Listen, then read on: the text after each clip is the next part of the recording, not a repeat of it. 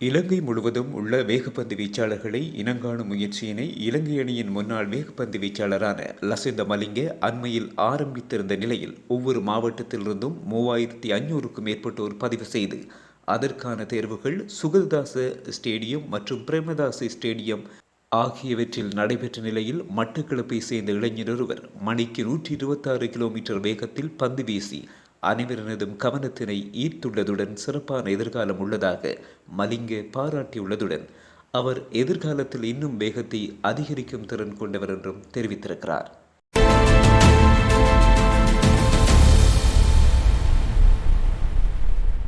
ஈரானின் சிரேஷ்ட இராணுவம் மற்றும் உளவுத்துறை அதிகாரிகள் குறித்து தகவல்கள் வழங்குபவர்களுக்கு அமெரிக்கா $10 மில்லியன் வெகுமதி என அறிவிப்பு. அமெரிக்க வெளிவிவகாரத்துறை தனது ரிவார்ட் ஃபார் ஜஸ்டிஸ் திட்டத்தின் கீழ் இந்த அறிவிப்பை வெளியிட்டுள்ளது. அதிகபட்சமாக $10 மில்லியன் வரை வெகுமதி வழங்கப்படும் என்று அறிவிக்கப்பட்டுள்ளது. இந்த வெகுமதி ஈரானின் 10 முக்கிய சிரேஷ்ட அரசியல் இராணுவ மற்றும் உளவுத்துறை அதிகாரிகள் பற்றிய தகவல்களை பெறுவதற்காக அறிவிக்கப்பட்டுள்ளது. இந்த பட்டியலில் உள்ளவர்கள் பெரும்பாலும் ஈரானின் இஸ்லாமிய புரட்சிகர காவல்படை தொடர்புடைய உயர் அதிகாரிகள் என அமெரிக்கா கூறியுள்ளது. தகவல்கள் வழங்குபவர்களுக்கு அடையாள ரகசியம் பாதுகாக்கப்படும், தேவையானால் அமெரிக்காவில் குடியேறும் வாய்ப்பும் வழங்கப்படலாம் என தெரிவிக்கப்பட்டுள்ளது. இந்த நடவடிக்கை ஈரானின் பிராந்திய இராணுவ நடவடிக்கைகள், சைபர் தாக்குதல்கள் மற்றும் பயங்கரவாத குற்றச்சாட்டுகள் தொடர்பாக தகவல் சேகரிக்கும் முயற்சியாக அமெரிக்கா விளக்கியுள்ளது. அமெரிக்காவின் இந்த அறிவிப்பு ஈரான் அமெரிக்க இடையிலான அரசியல் மற்றும் இராணுவ பதற்றம் அதிகரித்துள்ள சூழலில் வெளியாகியுள்ளது.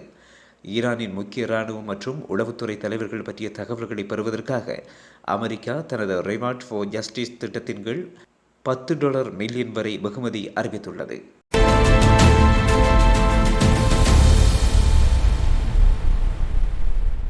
ஈரான் இராணுவம் சனிக்கிழமை வெளியிட்ட அறிக்கையில் துபாய் நாட்டின் துறைமுகங்களை தாங்கள் சட்டபூர்வமான இலக்குகளாக கருதுகின்றோம் என்றும் அங்கு வசிக்கும் மக்களை துறைமுக பகுதிகளிலிருந்து விலகி இருக்குமாறும் எச்சரித்தது. இந்த அறிக்கை அரசு தொலைக்காட்சியில் வெளியிடப்பட்டது. தெஹ்ரான் தனது தேசிய இறையாண்மை மற்றும் நிலப்பரப்பை பாதுகாப்பதற்காக UAE துறைமுகங்கள், துறைமுக தளங்கள் மற்றும் அமெரிக்க இராணுவம் மறைந்திருக்கும் இடங்களில் உள்ள அமெரிக்க எதிரி ஏவுகணைகளை தாக்குவது தங்களின் சட்டபூர்வமான உரிமை என்று ஈரான் இராணுவத்தின் மத்திய செயற்பாட்டு கட்டளை தெரிவித்துள்ளது. மேலும் பொதுமக்கள் துறைமுக பகுதிகளை உடனடியாக வெளியேறி பாதுகாப்பான இடங்களுக்கு செல்ல வேண்டும் என்றும் அந்த அறிக்கையில் கேட்டுக்கொள்ளப்பட்டுள்ளது.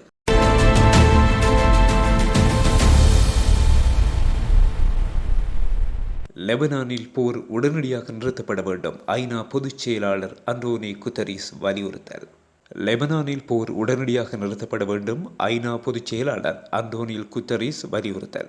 லெபனான் இஸ்ரேல் எல்லைப் பகுதிகளில் அதிகரித்து வரும் தாக்குதல்கள் பொதுமக்களின் பாதுகாப்பை கடுமையாக பாதித்து வருவதாக அவர் குறிப்பிட்டார்.